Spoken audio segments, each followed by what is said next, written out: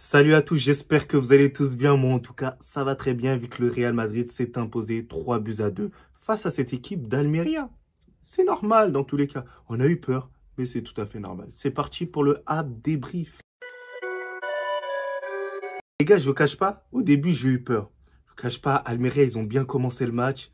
Ils ont marqué au bout de 40 secondes de jeu. Moi, ça m'a choqué. J'étais en train de prendre mon thé tranquillement. Et juste avant que je m'assoie, bam, directement but. Je me suis dit, déjà, ça annonce la couleur. Après, je me suis dit, le Real Madrid, bon, vas-y, on va rattraper, on va réussir à mettre l'intensité et tout. Final, l'équipe arrive à mettre 2-0.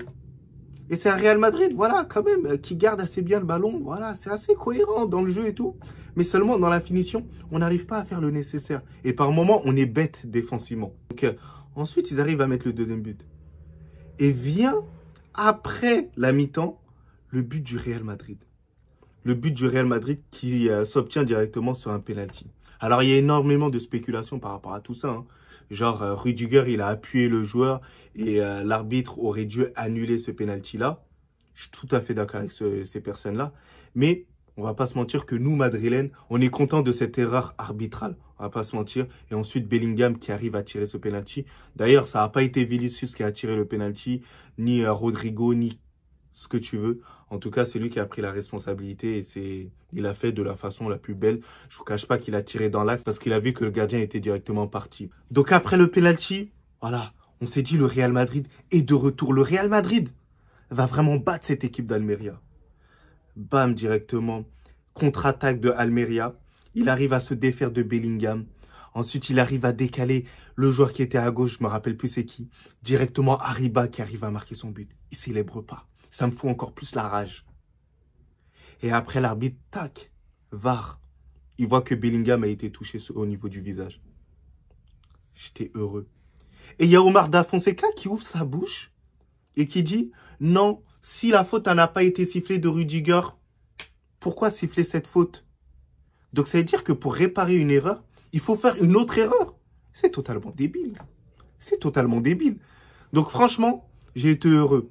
Et ça a permis au Real Madrid d'accentuer encore plus sa suprématie. Vinicius, il nous met un but admirable, venu d'ailleurs, les gars. Je ne sais même pas d'ailleurs comment il a réussi à mettre ça. C'est peu académique. Il a réussi à la mettre de l'épaule. Moi, de base, je pensais que c'était de la main. Et là, je pense encore que c'est de la main. Mais l'arbitre, il a vérifié. Et au final, il a réussi à mettre un but de l'épaule, pleine lucarne. Comment il arrive à être aussi sensationnel, ce joueur-là? C'est pour ça que quand il est dans les meilleures conditions, n'est-ce pas, Carlo Ancelotti? Ben, il arrive à faire des différences à tout moment. Lorsque Vinicius débute de son côté gauche, il est imprenable, il est injouable. Et j'ai l'impression que dans ce système, en 4-4-2, en losange, bah, ça l'handicape fortement. Moi, franchement, Vinicius, son match-là, pour moi, c'est l'un des hommes du match. On va pas se mentir, avec Bellingham, tout ça, vraiment incroyable. Bellingham qui a été énormément généreux. Après ce but-là, ça s'est encore plus intensifié. Bellingham, il a encore pris plus le dessous au milieu de terrain. Tu avais l'impression qu'il pouvait marquer. D'ailleurs, il est auteur d'un but sensationnel. Dommage que Toni Kroos, il tergiverse un peu trop longtemps avant de le donner à Franck Garcia qui fait un magnifique centre. Et Bellingham qui ouvre le pied, mais de façon délicieuse et tout. Mais dommage. Dommage, après ça s'est accéléré encore plus. Retourné acrobatique de Bellingham où je pensais qu'il y avait but. J'ai crié de ouf. Je me suis dit, purée, mais quel goût ce joueur-là. 25 buts pour l'instant, les gars. C'est impressionnant. Et ensuite, 11 minutes. 11 minutes de temps additionnel. Et honnêtement, c'est entièrement validé. Ceux qui me parleront de « Ouais, non, ça méritait pas 11 minutes. » Les gars, plusieurs fois la VAR qui a été regardée, analysée, plein de choses, tant qu'ils s'accumulent. Donc les gars, un tout petit peu de respect par rapport à tout ça. Même si vous êtes Barcelone, même si vous encouragez un autre club, admettez que au moins le temps additionnel a été légitime. Donc lors de ce temps additionnel, il y a eu avalanche et on savait très bien l'issue. Centre, directement sur la tête à Bellingham qui va aller la chercher. Remise directement sur qui? Le vétéran, Carvajal, l'immortel Carvajal, le patron Carvajal, le meilleur défenseur droit Carvajal. Vraiment exceptionnel lors de ce match-là. Sa débauche d'énergie. Le but qu'il arrive à inscrire, c'est une grande récompense pour tout ce qu'il a fait depuis le début de la saison.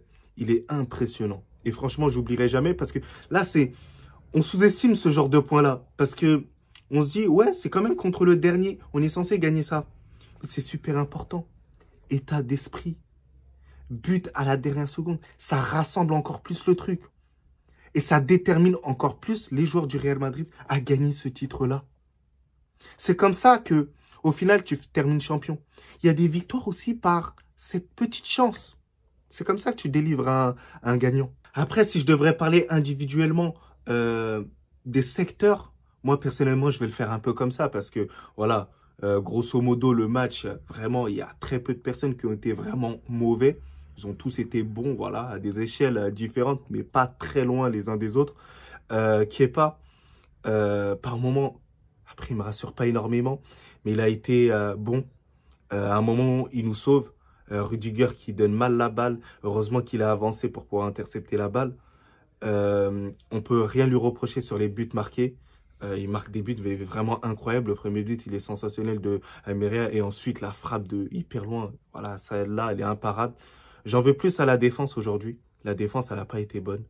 Elle a été laxiste.